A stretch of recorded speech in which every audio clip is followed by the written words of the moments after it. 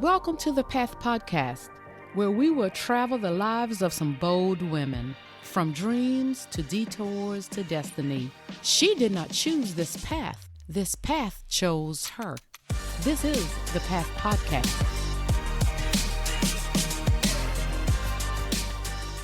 Welcome back, Path listeners, to another episode of the Path Podcast.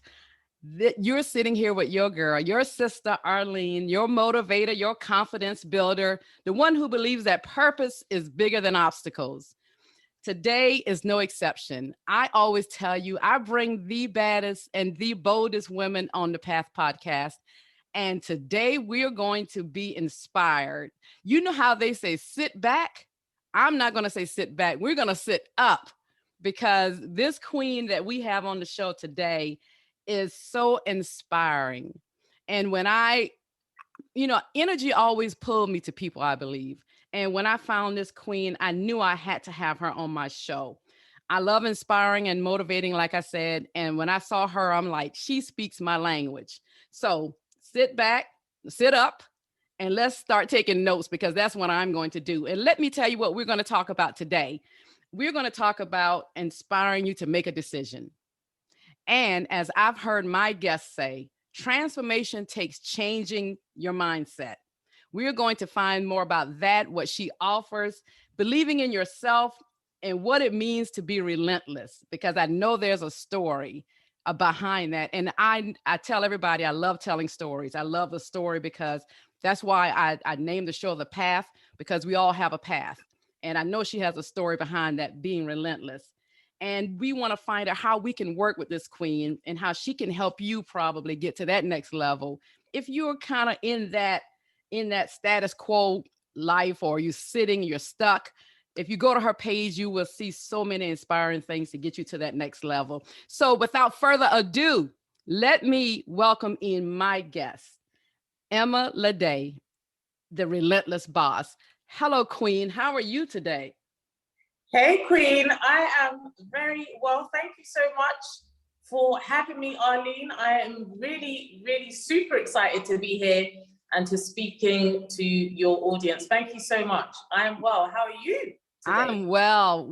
So let me start out. This is what I love to start on the Path Podcast. I always start asking my guests, tell me about the younger Emma Lede before she became the Relentless Boss. Tell me about what were your hopes and dreams, and are you doing it today? I want to know first, tell me about yourself before the younger person. Tell me who you are first. And then we're going to go into the younger Lede to see if Emma Lede. Who am I? Yeah, who are you today? Let's go with that first. Who am I today? First off, I am God's child. I am God's daughter. I am a daughter of the Most High God. Amen. The King, Yahweh, the Lord Almighty El Shaddai. Yes. And I am a daughter of two amazing parents. They are Ghanaian, they're British Ghanaian. They were both of my parents were born in Ghana, in West Africa, born and raised, and then they both moved to the UK, to the United Kingdom. My dad first, and then my mum later on, and started a family there and a whole new life. So the two of them are both adventurers at heart, because they literally left everything they knew. Wow. And came to a completely different country, different culture, backgrounds, language. Exactly. And started a whole new life. So that's the stock that I come from, but I come from a stock of entrepreneurs. So really strong women who did not follow the status quo in terms of, going for like a 9-to-5 job, that sort of path. They all were self-made or God-made in terms of their purpose, in terms of their lives. So I come from a lineage of women, strong women who made a path for themselves. Both of my grandparents, my paternal and my maternal grandmothers, neither of them went to school. They were both illiterate. could not read, could not write, they trailed a path and a blaze for myself and my, my cousins, my siblings, to be able to have an education, to be able, to go to university. I went to university, and I have to give the props to those who have gone before me, because they made a way for me to be able to do that, because of their hard work, because of their tenacity, because of their belief. I'm here now, and I am the woman that I am because of them. I cannot share my story and who I am today and the relentlessness that I have today without sharing about my grandparents, especially my grandmothers, one of which I'm actually named after. Her name is Emma Divine. So that's where I get the Emma from.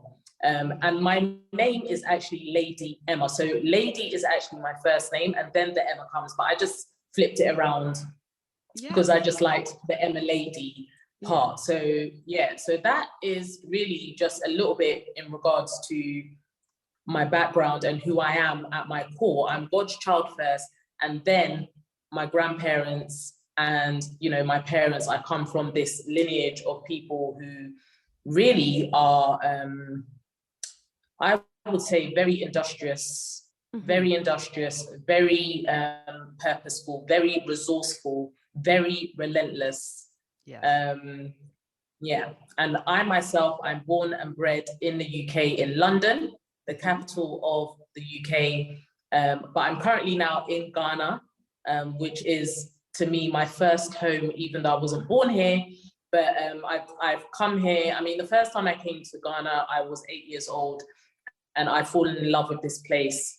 I always call it my first home. When I get here, it's like I've arrived home. Home. I'm Ghanaian at heart, like through and through. Yes. So yeah, exciting. And look, even though I know a lot of your listeners probably know a lot about you, I'm sure you're keeping a whole lot more that you've not told about your today, which we're going to get into that. Even more of the coaching and all the transformational work you're doing. So now go back and let me hear about the younger Emma and tell me. The younger Emma. Yes. I mean, who thought she had life all figured out? We think we know everything at 18 at least. So what were your hopes and dreams, and are you doing it today? So the younger Emma, okay, I'll go as far back as when I was around 3 years of age. My mom, now I don't actually really remember this, but my mom used to tell me that I've got younger siblings, but when it was just myself and my second sibling, who, like, there's 22 months difference between myself and her, Grace. Yeah. So she was in the buggy or the pram, and I was on foot walking. My mum said I would always be walking ahead of her, and I'd literally be leaving her way behind and just wandering off like I knew where I was going, seeking some kind of adventure, just looking around, exploring, and just wanting my freedom. And it is important to share that with you all, because fundamentally, and what is at the core of me and what is most important to me, is my freedom. And so at a young age, at that age, I was already displaying what was fundamentally important to me at that time, freedom. And so everything that I do now, today, really stems from that desire for freedom, for adventure, for exploration, to really discover what is out there in this world, that God has put here for me. So the younger Emma, I would say that the younger Emma, so after post what I've just shared, yes, I've always been adventurous at heart. I've always been a dreamer and a doer. I have always had that desire to make my mark in this world, not just to live, a mediocre life.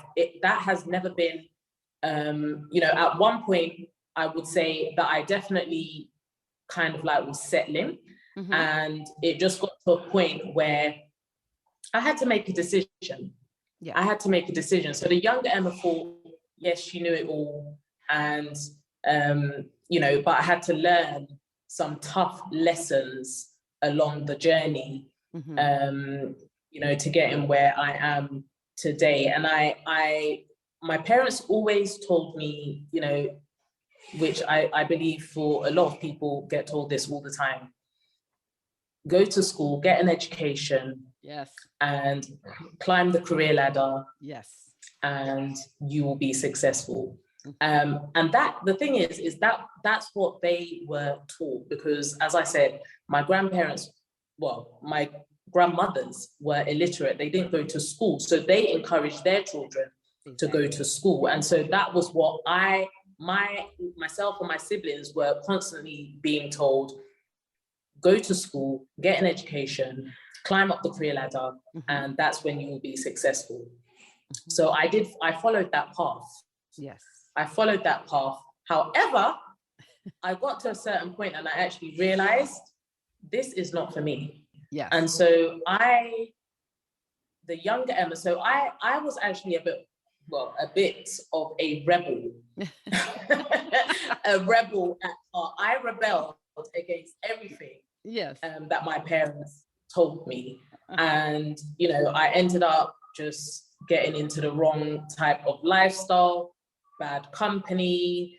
You know, at a point in my life, I was smoking, I was smoking weed, I was drinking alcohol excessively, I was partying, you know, there was a lot of emptiness in my life, and I had no direction.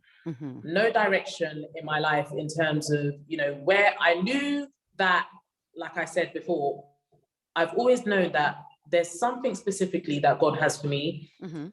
Even before I even knew God, even before I even became a born-again Christian, I knew that there's something that I'm supposed to be doing here specifically, but I just didn't know what it was. And so I was really just, you know, no direction. And then in 2004, so let me just backtrack a bit. So 2003, I was age 23, and I just felt so empty in my life. I felt empty.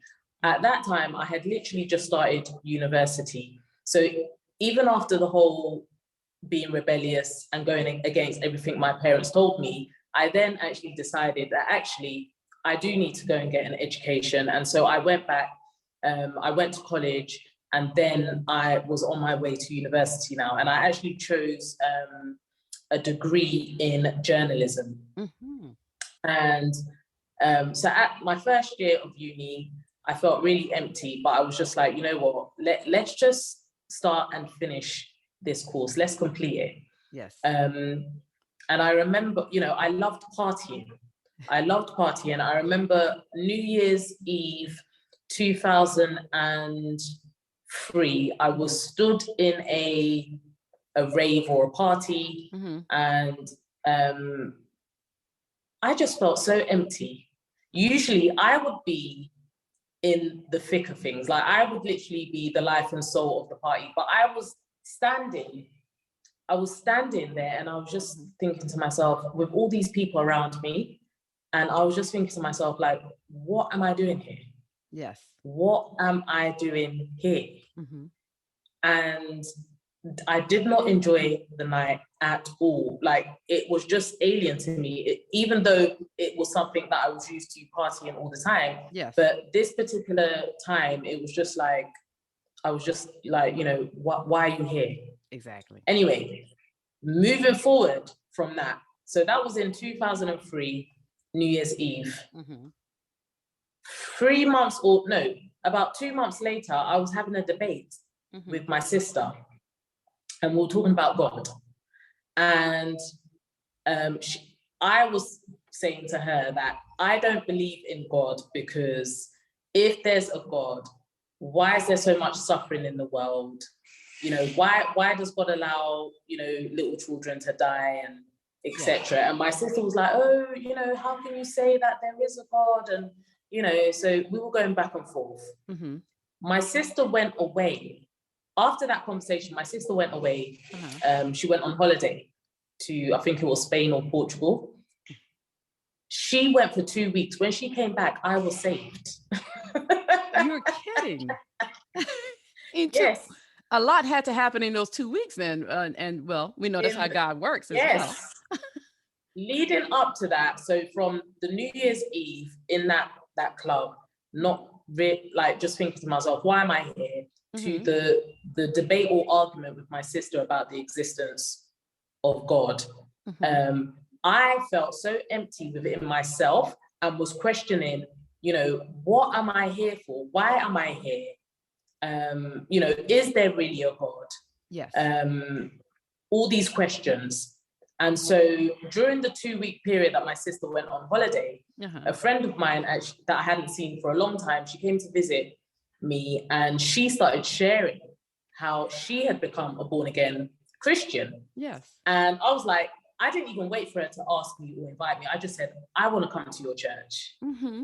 So I went to her church and I went the first week, the second week, the third week I went. I just remember, I cannot even tell you what the preacher preached. All I know is that he said that God wants to have a personal relationship with you.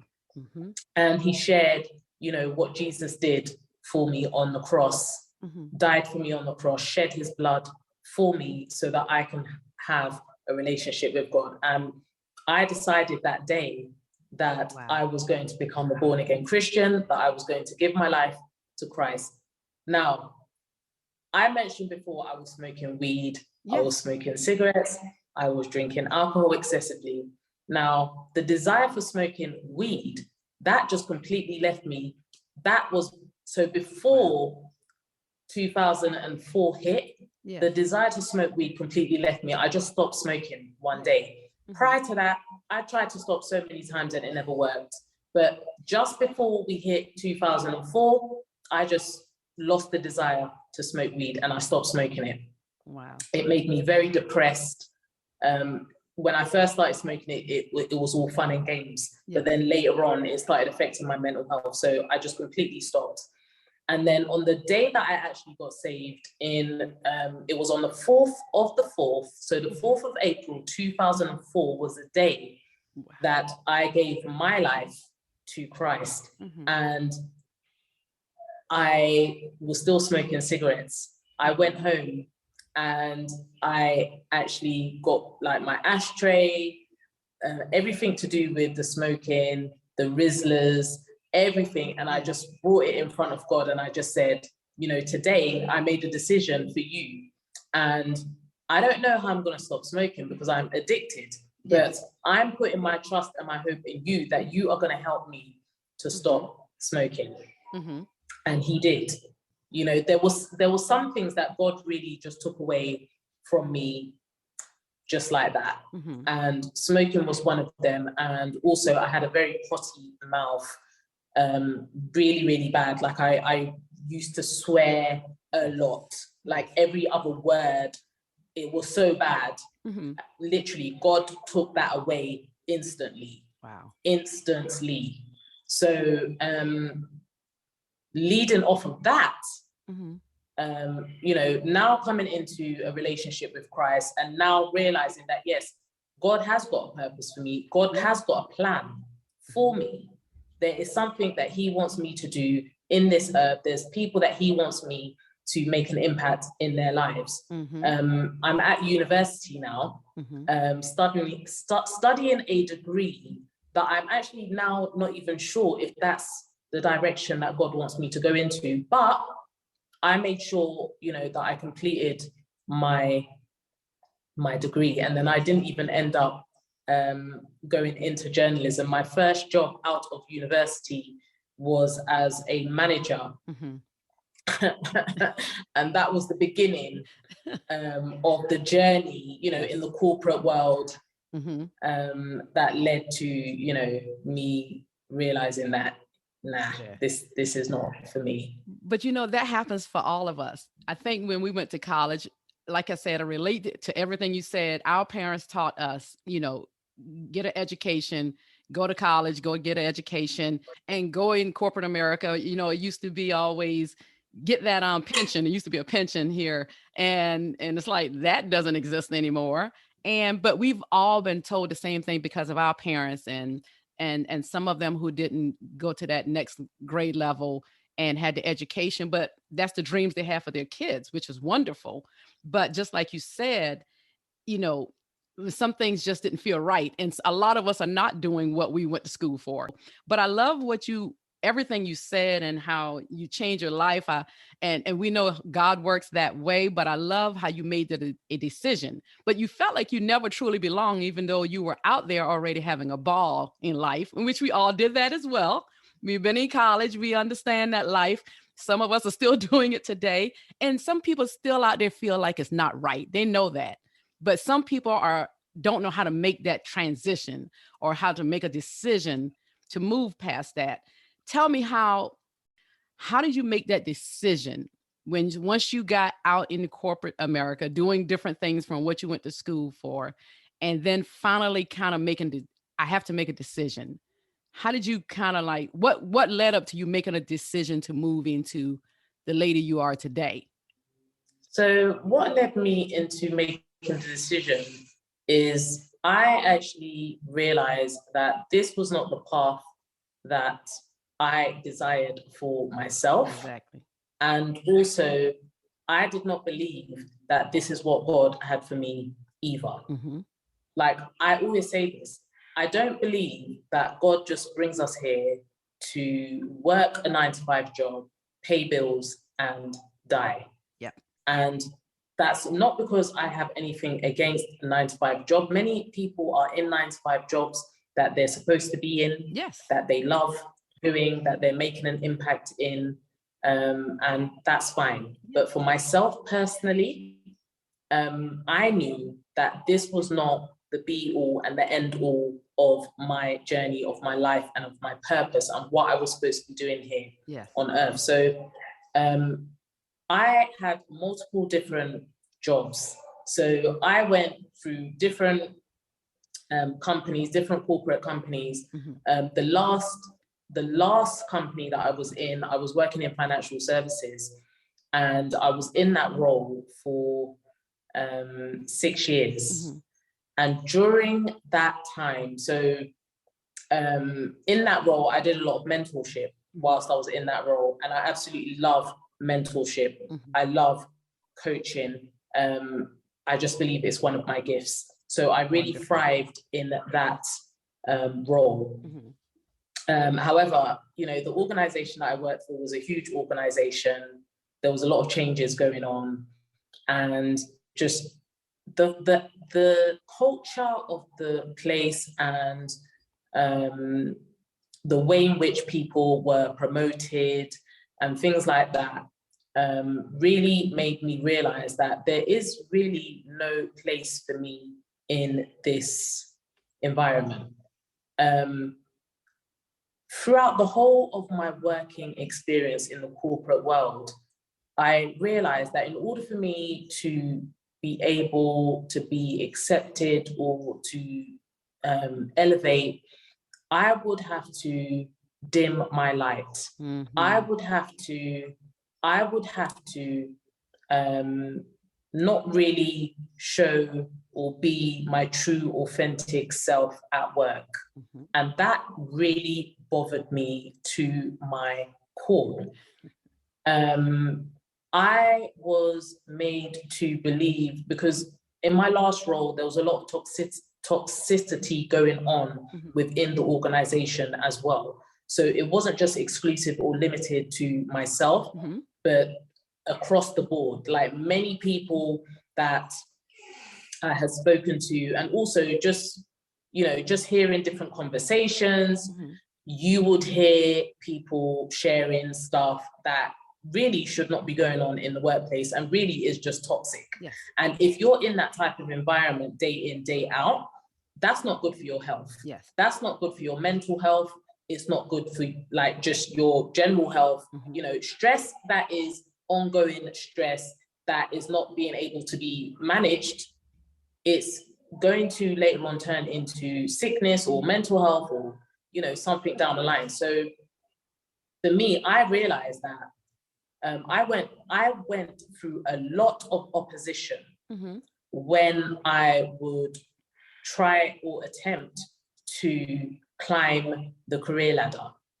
And there was a lot of negativity as well in terms of, you know, what, you know, if you wasn't in a certain group or a certain clique, then, you know, you would not be considered for certain positions. Mhm. And it just got to the point where I was just like, you know, I was literally saying to myself, Emma, you have got a choice here. Mhm. You can either continue to stay in this job and get nowhere, or you can make the decision and just blaze your own path. Exactly. It's entirely up to you, because it just got, you know, there's one thing to be saying, you know, I'm in a toxic working environment. I can't really see a way forward in terms of climbing up the career ladder. Mhm. There's no progression. There's one thing to be saying all of that, and then there's another thing to actually look at yourself in the mirror Yeah. and say to yourself that you have full responsibility for your own life. Exactly. You have full responsibility for the path that you're going on and for the lane that you're creating for yourself. Mhm. Really, all of the stuff that was going on in my workplace was immaterial, because it really is not about another person, what another person's saying or doing, or how toxic the working environment is. It really is down to, what are you, Emma, going to tolerate? Mhm. What are you, Emma, going to do about it? If you're not happy with your current situation, it's all on you to do something about it. It's all on you to make a change. So I realized that I've been in that job for 6 years. Yes. And I was not where I envisioned myself to be at year 6.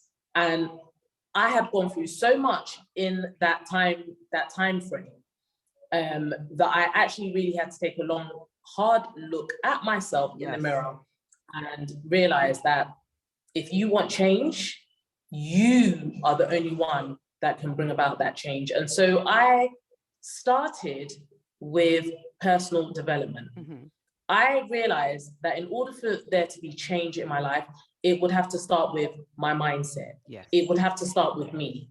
And so I just started doing personal development at home.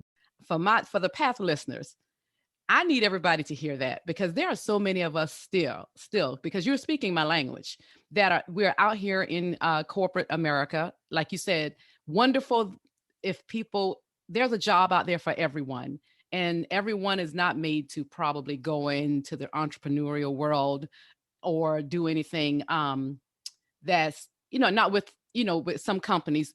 And it's okay for them. It's okay for everyone.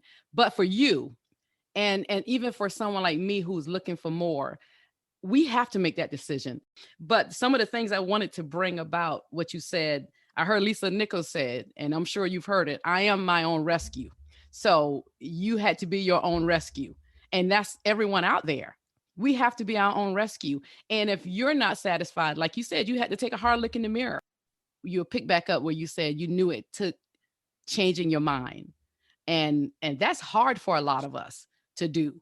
So what did you do to get to that place to really change your mindset? Because of course, everybody is not like Emma Lede, where she sat there, you did the work, you said, I need to change the way I think. There are a lot of people just stuck right now. And I read one of your quotes where you talked about that.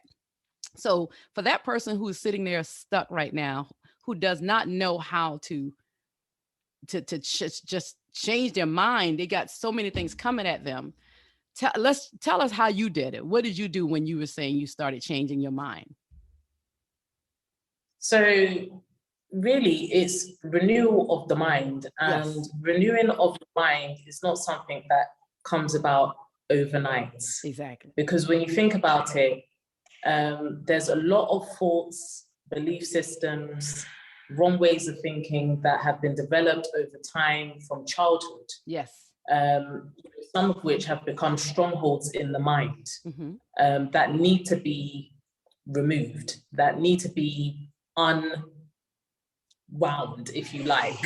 So when it comes to renewal of the mind, like, so for myself, when I made the decision that I was not going to accept the status quo and I was not going to be in corporate for much longer, and that I was actually going to pursue my purpose, I clearly heard God say to me, you will not be successful in this business or in life unless you are transformed by the renewing of your mind. I've heard this scripture, read it many times, but it was not as so clear to me in that very moment when God spoke it to me. Romans chapter 12, verse 2, do not be conformed to this world system, but be transformed by the renewing of your mind.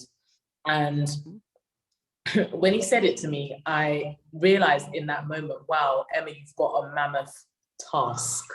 This is a huge undertaking, because I realized in that moment that up until that point, I had developed so much wrong ways of thinking that had kept me stuck, that had, caused me to not believe in myself, not really believe in God as I should, in God's promises, in God's words to me. I had low self-esteem. I've always been an extremely confident person. It's just a natural, I would say that it's a natural gift, because not everyone has that confidence. So I've always been confident, but I had low self-esteem. And I didn't really believe in myself, because when I assessed and looked back at my career and, where it had taken me, I realized that a lot of the decisions that I had made was as a direct result of the lack of self-esteem and just not really believing in myself. So the renewing of the mind is an ongoing process. Yes. And it's a journey. That's one thing that I really want to bring out here for those who are listening. Your renewing of your mind is a process.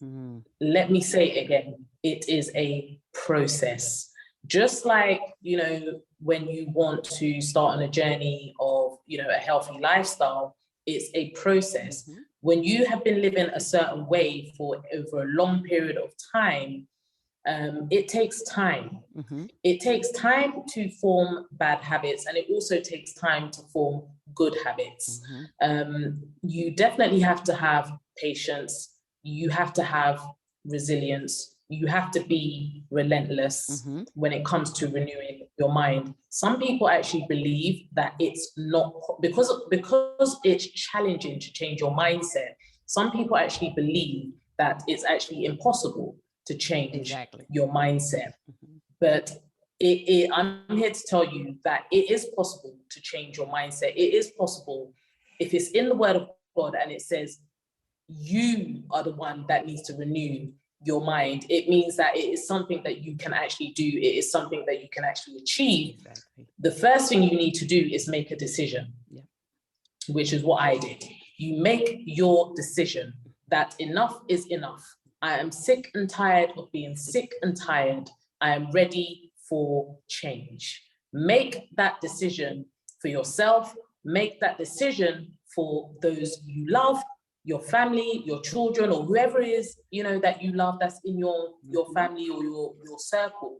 Make that decision. First of all, make that decision for yourself. Yes.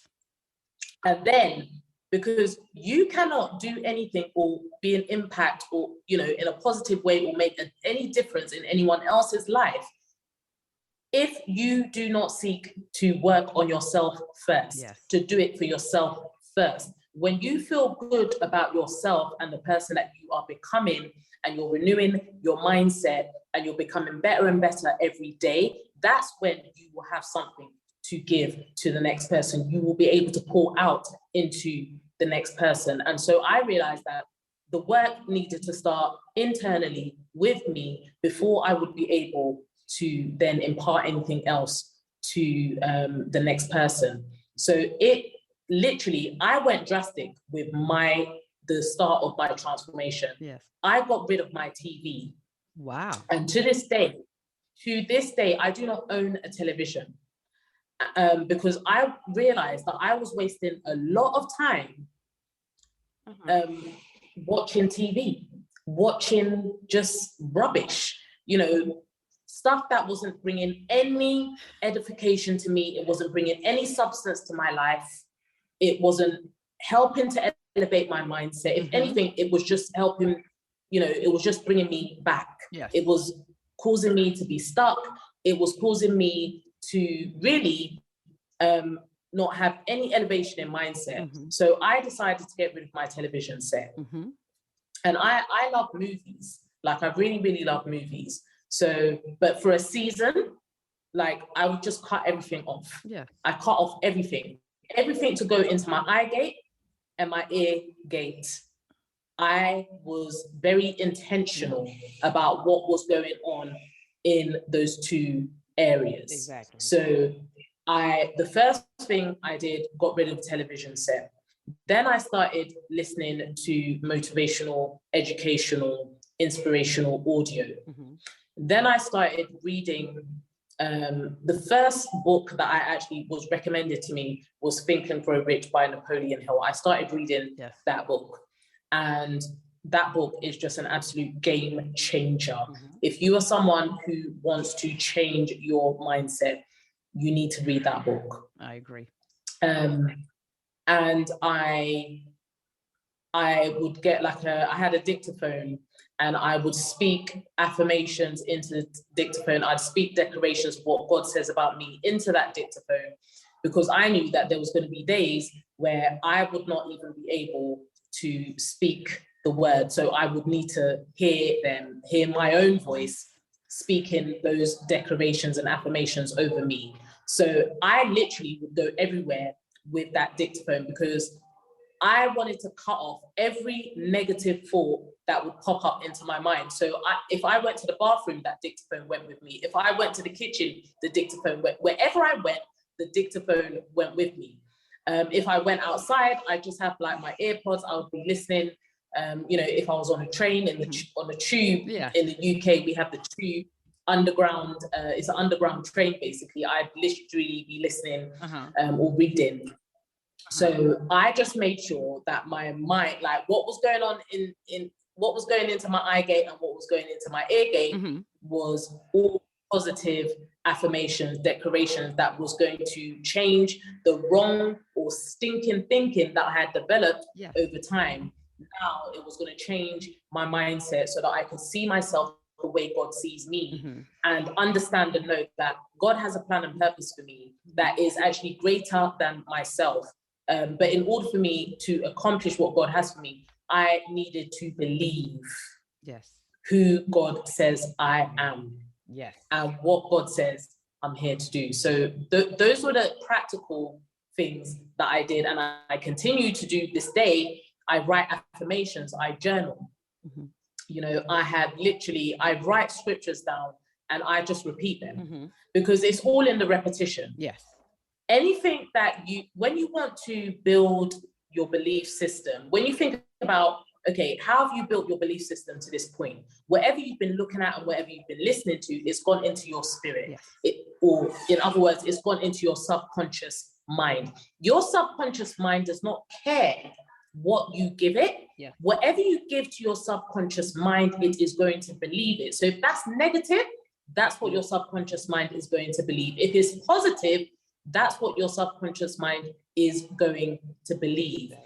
So some of the practical things that I do and still do to this day, I would literally go to sleep with some motivational audio with the word of God on. YouTube, you've got 7 hours, 8 hours of the word of God. So if you specifically want to build your self-esteem and build yourself up, your confidence, you can listen to that. That's going straight into your spirit and it's on repeat. It's all about repetition. How are you going to renew your mind? How are you going to change your mind? it's about repetition. What are you seeing repetitively? What are you hearing repetitively? And what kind of conversations are you having? Who is in, that's another thing, who is in your circle of influence? Because we hear this all the time. You know, you are the average of the 5 people that are in your circle. Okay, so if you've got 5 broke people and you are the 6th one. Yes. It's just the truth. It is. Straight facts. It's a fact. Mm-hmm. If you've got 5 millionaires, you're the 6th one. Yes. So your circle of influence, mm-hmm. the people that you have in your circle have a huge mm-hmm. role to play when it comes to you renewing your mindset. If you are moving with people who are unbelievers, they do not believe that it is possible to achieve anything in life or to, make your dreams become a reality, then guess what? You're going to start believing what they believe. Thing. Yep, I agree. And so I made some hard decisions, mm-hmm. some really hard decisions. Like I went through seasons and still go through seasons of just being completely separated. And when I say separated, I mean separated from things, people, environments that are not contributing towards my purpose. Yes. I had to cut off relationships that were not, I couldn't see how these relationships were going to move on into the future. And I'm not just talking about friends, I'm talking about family as well. Yes. So I had to, because there's some relationships that you just can't cut off because obviously maybe it's a loved one or whatever, but you need boundaries. You have to have. Need to be put in place. And let me tell you guys, when you start putting those boundaries in place, mm-hmm. people are going to start really being outraged. Yes. Some people are going to be outraged. Some people are going to be really upset and offended mm-hmm. that you have now decided that you're going to put these boundaries in place. But you've got to hold your ground. Yes. You have got to stick with your convictions. Mm-hmm. If you want to get where you know God is taking you, if you want to walk in purpose and in your God-given abundance, you're going to have to put some boundaries in place mm-hmm. and stick to the decisions that you've made when it comes to the people that you have in your circle, because the people you have in your circle can either make you or break you. Yes. So that is super, super important.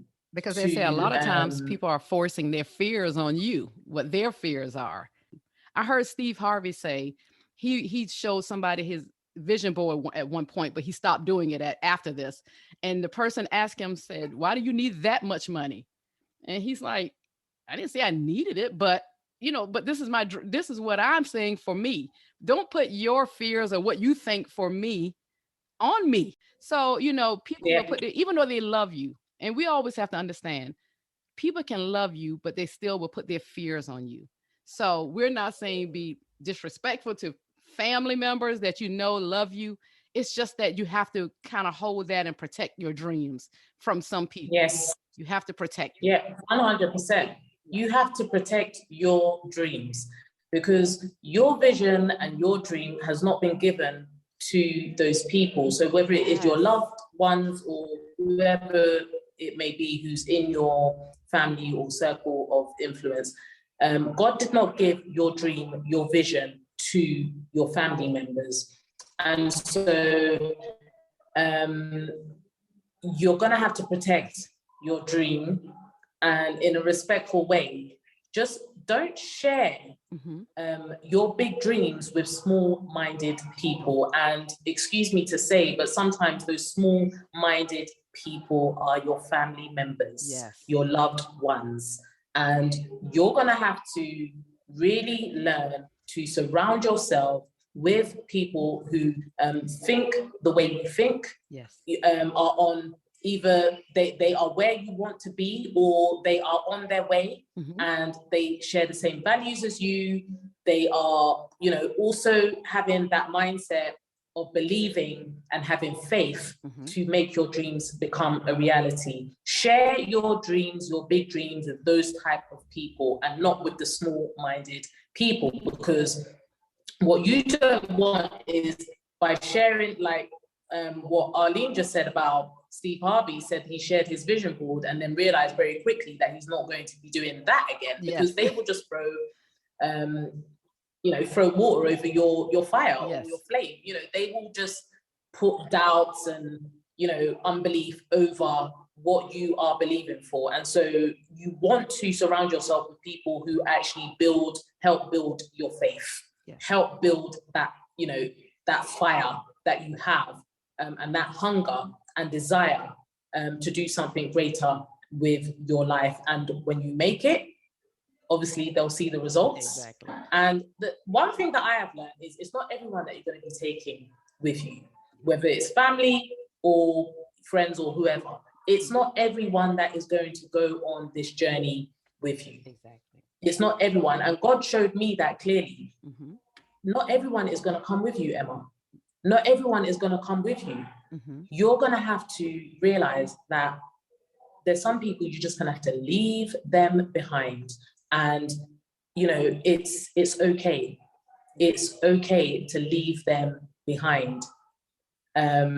It doesn't have to be done in a disrespectful way. Not at all. It doesn't have to be done in, with any bad feeling or negativity. Now, if that's how they want to take it, then, that's out of your control. You can only control yourself and how you conduct yourself and how you deal with people and treat people and situations.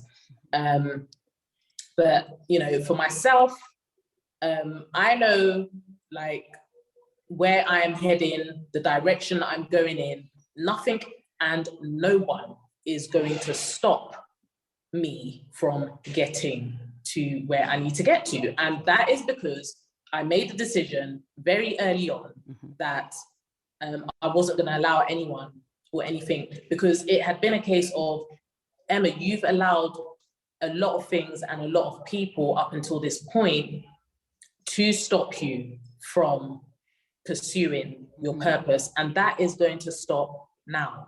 So that stopped when I made the decision that I was going to pursue my purpose. I was going to walk in my purpose. That stopped right there.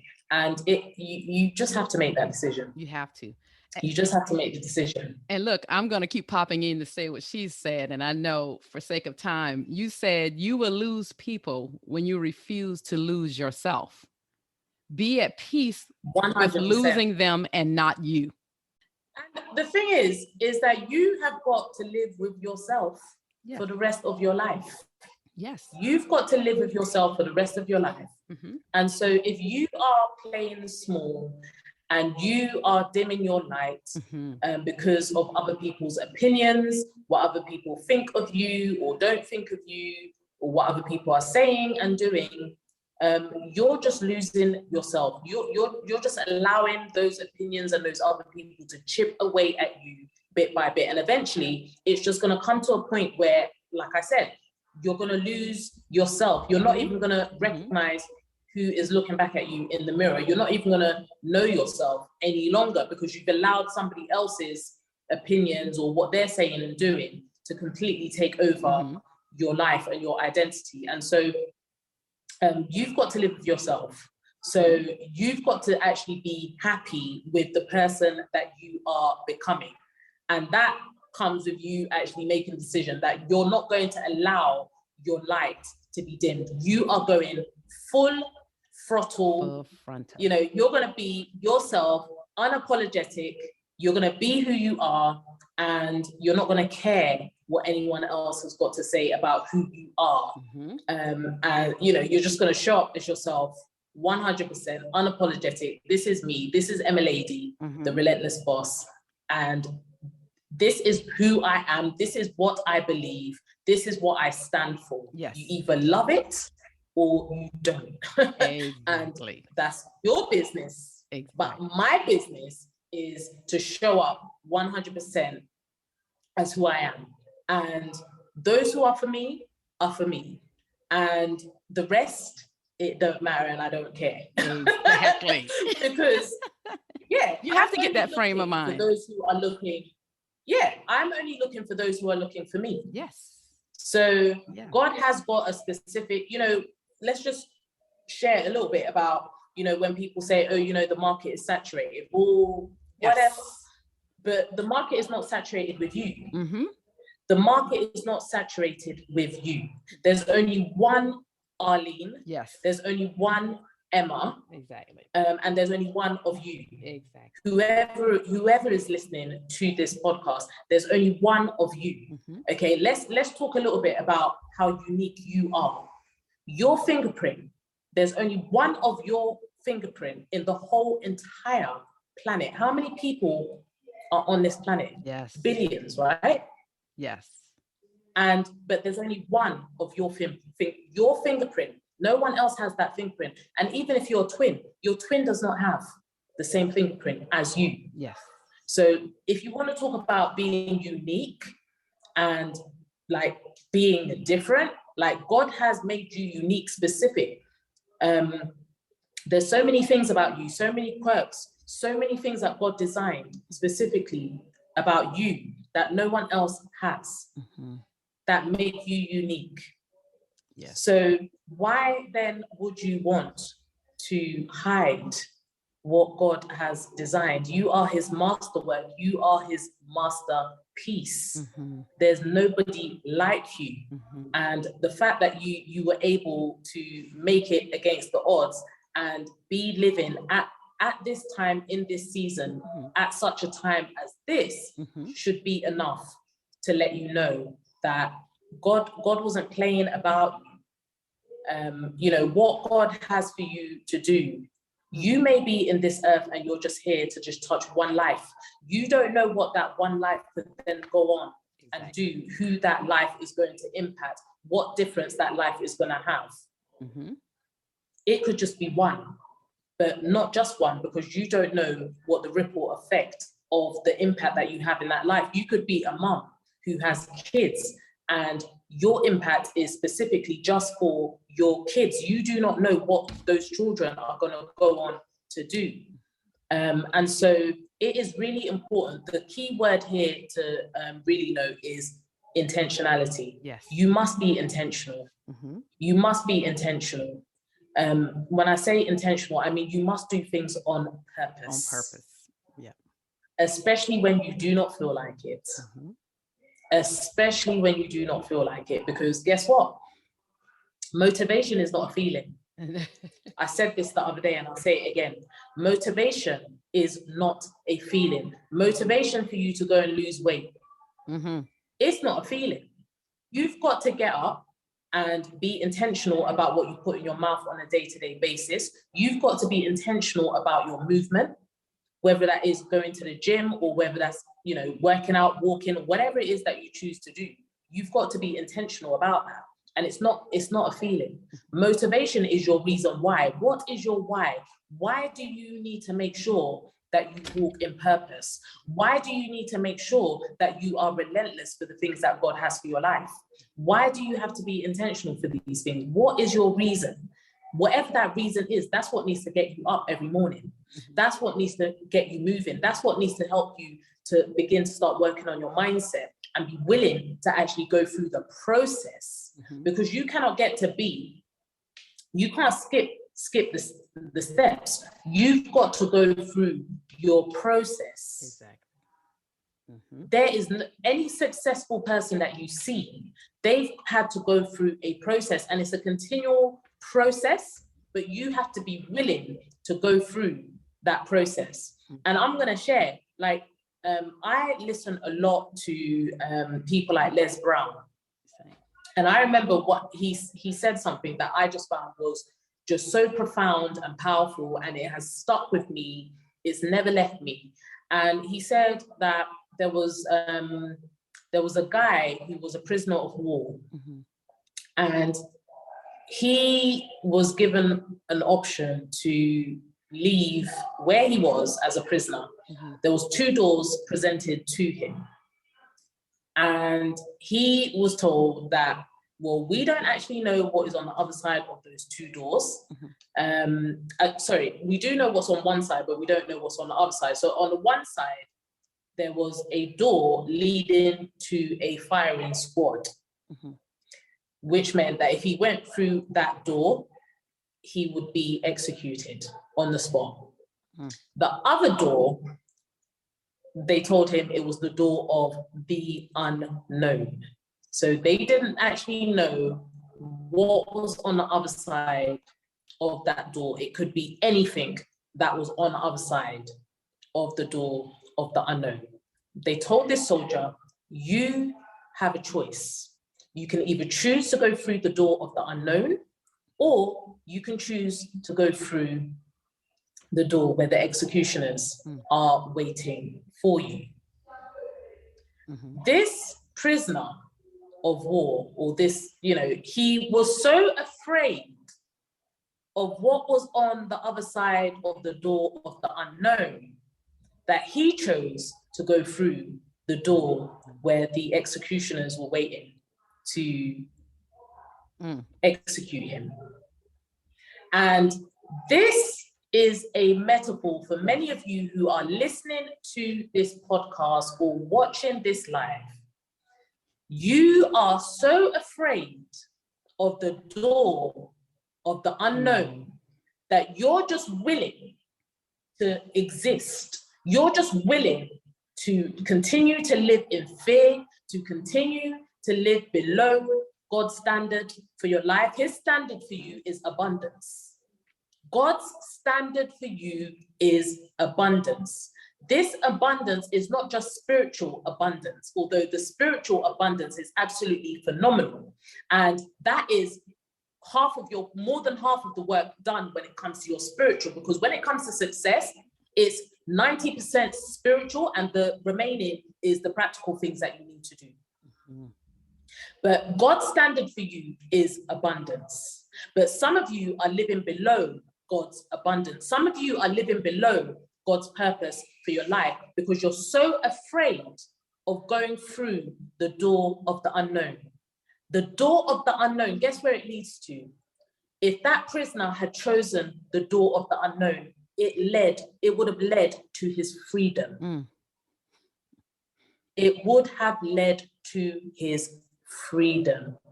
But because he was so fearful of what was on the other side of that door, he chose death. Many of you are alive. You are alive right now, listening to this podcast, listening to this live. But you are like walking dead. Walking dead. You're like the walking dead. Yes. Because you're just merely just existing. You're just stuck. You're not moving forward. You're not progressing. You're not walking in your God-given abundance and purpose because you'd rather just stay in your comfort zone, not ruffle any feathers, not go through that door of the unknown to your freedom because it's too scary. I can't do it. I can't come out of my comfort zone. It's going to be so uncomfortable. And I'm here to tell you, you have got to be willing to be uncomfortable before you can be comfortable. You've got to be willing to come out of your comfort zone. There is nothing in your comfort zone. Nothing at all in your comfort zone. Nothing. Nada. I heard, again, too, like you, I'm always listening to a lot of motivation. And it was another part where Lisa Nichols said the same thing, literally you saying. She said, people are more comfortable with the familiar discomfort than they are with the unfamiliar new possibility. This moving into living, you don't truly live until you're walking into your purpose. You don't truly live, to me, until you are doing, like you said, that calling. And on this path, on the podcast, like I said, she didn't choose this path. For some people, the path chose her. You were chosen for a reason. If you've gone through anything in your life, you are here to give it to the world. And everybody is not meant to be inspiring and out there motivating, just like Emma Lede and the Relentless Boss, because I need to hear what the relentless part of the boss means. I need to hear still why the relentless boss, and then we're going to go into how you can help everyone out there still be a part of changing that mindset, how they can connect with you to change that. But I want you to first tell us, what does the relentless boss mean? So the relentless boss, that name was given to me by God. And because I am relentless. Yes. I have gone through and overcome so many things in my life. Just to make it brief, I have got a book, I've authored a book called Journey to Wellness, where I speak on, or I share some of my story of how I overcame an autoimmune disease called sarcoidosis. So this autoimmune disease, I was diagnosed with it in around 2005, 2006. And I was given the prognosis that I would be on medication for the rest of my life. And I said, no, I will not be on medication for the rest of my life, because I've seen, what that does to people and the side effects and what happens later on in life when you're on medication for the rest of your life. I made a decision. It all boils down, I keep saying this, decision, decision, decision. All these things boil down to a decision that you are willing to make and that you are willing to follow through. I am relentless because, not just because of this story that I'm sharing, but because time and time again, I have been hit with challenges and circumstances in my life. And I, in those moments or in those circumstances, have had to make a decision on whether or not I'm going to allow this situation to completely break me, or I am going to fight and overcome this thing, even though in the moment, I actually do not know how I'm going to overcome. And that's what happened with this autoimmune disease. I did not know how I was going to overcome, because I was told I would be on medication for the rest of my life. At a point, I actually told my doctor that I'm not going to take this medication for the rest of my life. And the doctor told me, well, as your doctor, I am advising you to continue taking the medication. It was steroids. And the doctor said, if you do not continue with this medication, it could be fatal. So for those of you, I'm sure you've got a lot of US followers, and I've got quite a few US followers. You all know the famous US comedian, Bernie Mac. He had the same autoimmune disease that I had. And unfortunately, he, as a complication of sarcoidosis, he got pneumonia and passed away at the age of 50. So I was fully aware that my decision to stop taking the medication could be fatal. I could lose my life. But in that moment, I was willing to make that decision because I could not see a life of being on medication for the rest of my life. Long story short, you're going to have to go and read it in my book, The Journey to Wellness, which I actually have here. So for those of you who are on live, you can see the book, Journey to Wellness, MLAD. I'll share with you how you can get the book. Please. But I made a decision that I'm not going to be on medication for the rest of my life. No way is MLAD going to be on medication for the rest of her life. And God healed me of this autoimmune disease. I'm actually free of this autoimmune disease, discharged from the hospital, discharged from the medication. And I lost 70 pounds. I had to learn now how to live a healthy lifestyle afterwards, because God heals, Jesus heals, he does heal. Yes. However, we must learn how to keep our healing, because you can be healed, but you can also lose your healing if you are not educating yourself and informing yourself on how to live a healthy lifestyle. And I'm not just talking about physical medical conditions, I'm also talking about mental and spiritual things. So we have a part to play in the healing process. We need to have faith, first of all. have faith that God is able to do it, and then do what is required in order for you to keep your healing. And so I've been on this ongoing journey now.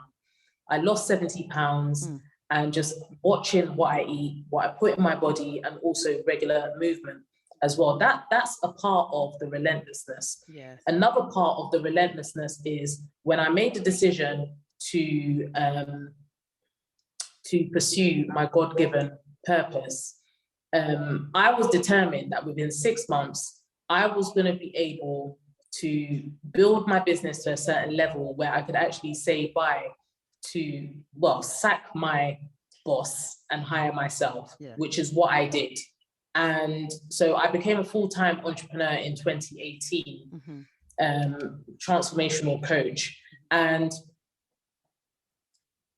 in the book, Think and Grow Rich, there is a story in that book, and I've shared this before on my platform. There's a story in there where a man, I think he's a captain or the head of a fleet of soldiers, and a fleet of ships where he is leading these soldiers to go and fight. And there's a point where he gets them to burn the ships, because he basically says to them, we either win or we perish. There's no retreating. There's no going back. We are not going back unless we go back alive. So they burnt the ships, and that is part of my story, because I literally, and I'm not recommending anyone else go and do this, but I'm not recommending anyone else go and do this, but this is my story. I literally went on like a sabbatical from work and just decided, I'm not going back. I'm not going back. And in that particular job, you have to give like 2 months notice to leave, right? I didn't give the 2 months notice. So obviously there's no retreat in terms of going back to a 9-to-5 job, because I wouldn't even get a reference, because that would literally be on the reference that I breached the contract because I did not give the notice period. Now, I'm not recommending that anyone else go and do that, but I'm sharing that with you just for you to get an understanding of the relentless boss. And what makes me the relentless boss is that there's no plan B. This is it. Like, this is it. There's no retreating back to anything. And believe you and me, I have literally, because entrepreneurship is not for the faint of heart. There's ups, there's downs, there's a lot that goes into being a successful entrepreneur. And it's definitely not for everyone. It's not for everyone. I think relentlessness to me really just means that you are going to go for everything that God has for you without ever retreating. You are not going back. You are not looking back. You are fixing your face like flint. You are building resilience. You are charging ahead. You are pursuing all that God has for you. And that relentlessness, because relentlessness, sometimes when people hear the word relentless, they view it as a negative or in a negative connotation.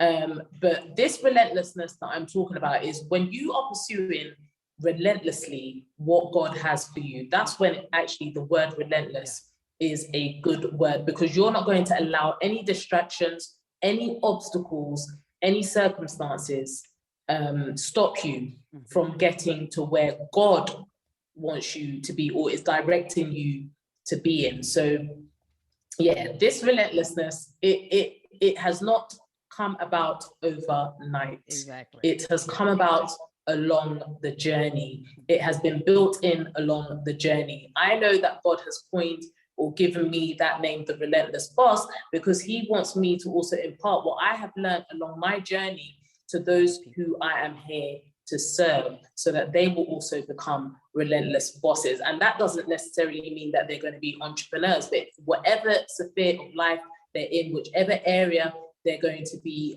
working in, whatever their purpose is specifically, they're going to need that relentlessness to get there. So I am super excited for what God has ahead. I'm loving working with the people I work with. As I said, my purpose is specifically to women, but I actually coach some men as well. So I don't turn away anyone. If I feel that this is a good fit, we're a good fit for each other, then I'm willing to pour into that person, what God has given my gifts. Exactly.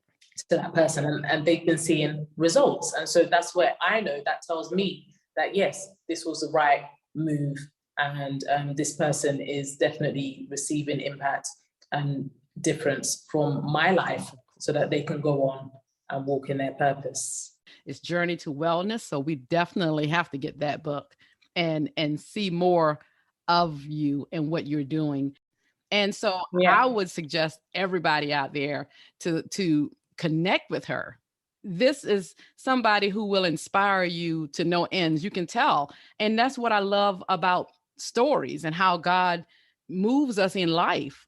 And of course, that was a major decision to go back on not taking the meds, because a lot of us listen to what doctors say, and they say you have to know yourself. You have to know your body. You have to trust God first in our faith, and I trust him. So the Relentless Boss makes more sense to us, even though we heard a lot of it while you were talking earlier. So before we end my part of the show, tell us how we can connect with you, the events or courses you have, how we can work with you to help us change that mindset, and all your social media, how people can reach out to you. So social media handles, you can reach me at The Relentless Boss. That is my transformational coaching handle on Instagram. And you can also reach my personal page at Emma Lady Inspires on Instagram. The same handle, Emma Lady Inspires, is my Facebook business page. For those of you who, you are stuck in your life and you know that you need a change and you need someone to hold your hand through that process, and also you are ready for change, you are ready to actually invest in yourself and begin that process, you can actually go to my website, which is therelentlessboss.com. It's actually under construction at the moment, but it will be live either today or by the close of this week.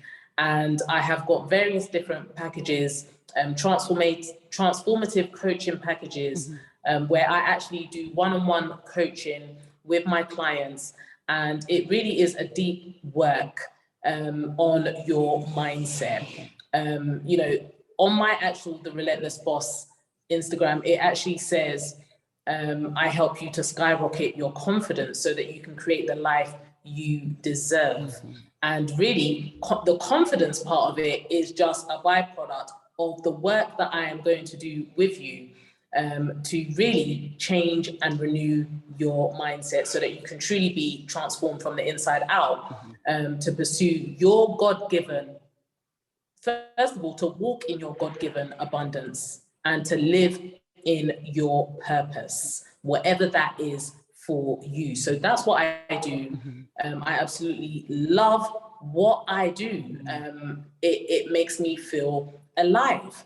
And I don't know why I didn't start it sooner, but again, I went through my process. I had to go through my process. I had to get to that point of being sick and tired of being sick and tired so that I could make the decision, to be doing what I believe God has called me to do.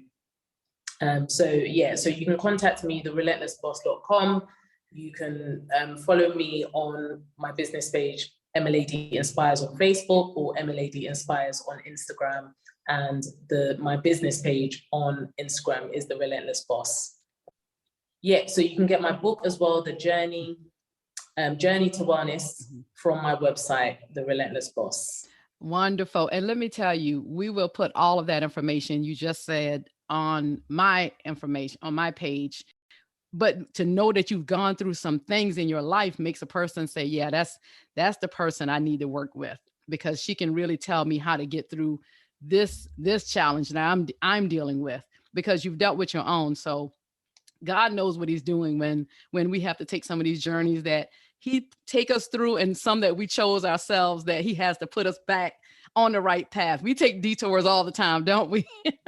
By our own choices. And he's like, no, that's not where I need this relentless boss to be. I need you to be here. And we are so, the world is blessed because of you and what you're offering it. Thank you. And I know you know that, but I just want to be that one to say we see it, and we see the work you're doing, and you're inspiring. I can tell Thank you. you're walking that path because you're inspiring me.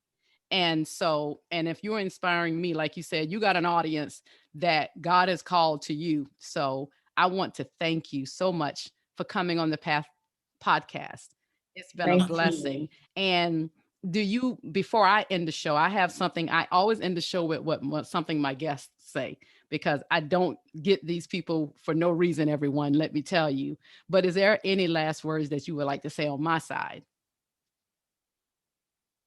First of all, I just want to say thank you to you, Arlene, for the invitation, for allowing me to share with your audience some of my story, and also for the work that you're doing, the Path podcast, because, we are in a day and age where there's so much negativity going on in this world.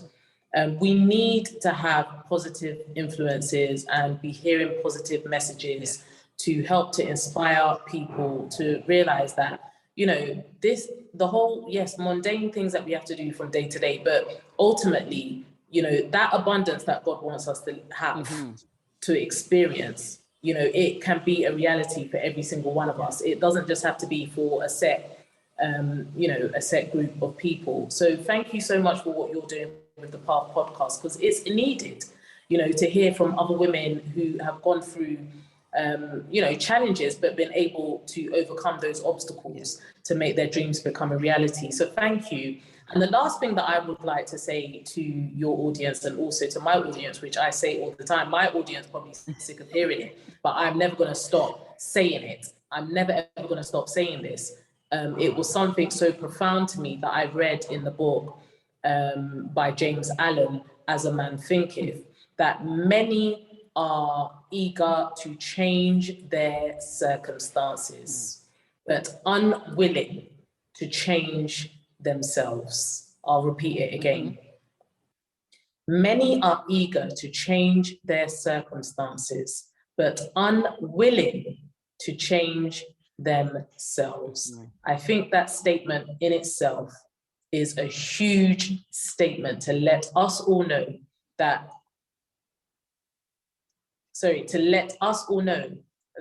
we can go around trying to change everything else around us, but until we are willing to change ourselves, to change our mindset, everything else around us is going to stay the same. It all starts with you. It all starts with our mindset, the way we think.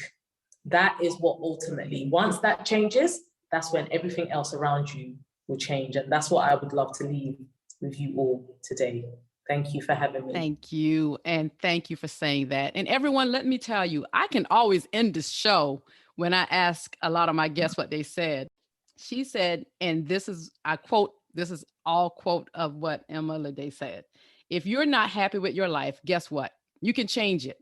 But you have to realize that all the external stuff you're doing to pacify yourself and hide from reality of your current circumstance is just not going to cut it, queen.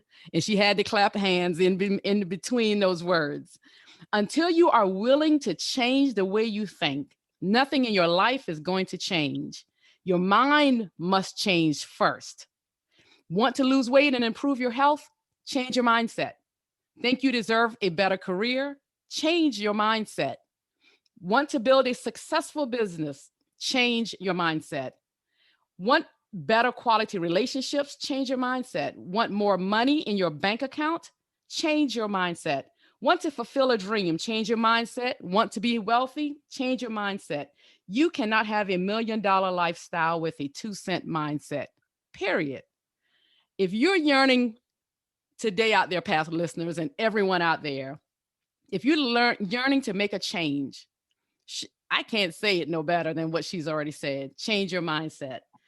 I would suggest you let the Relentless Boss help you do that. Connect with her right now. But thank you again, beautiful queen. You are a blessing to the world, and I thank God for choosing you to be for this time, and because the world needs someone like you in it. Thank you so much, Arlene. God richly bless you. Keep soaring, queen. I certainly will. Until next time, Path listeners.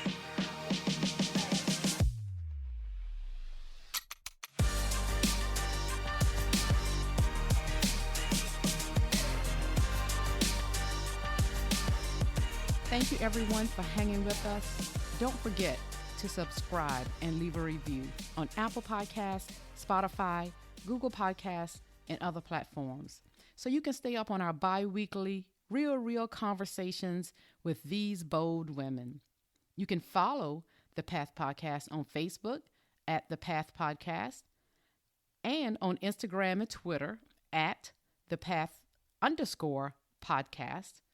And if you would like to be a guest on the show or have questions for a future show, you can email us at thepath4ward@gmail.com.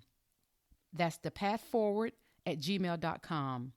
And if you're looking for a speaker or you're in need of a life coach, please reach out to me again at thepathforward@gmail.com or at ACKORLEH@gmail.com. Thank you. Until next time.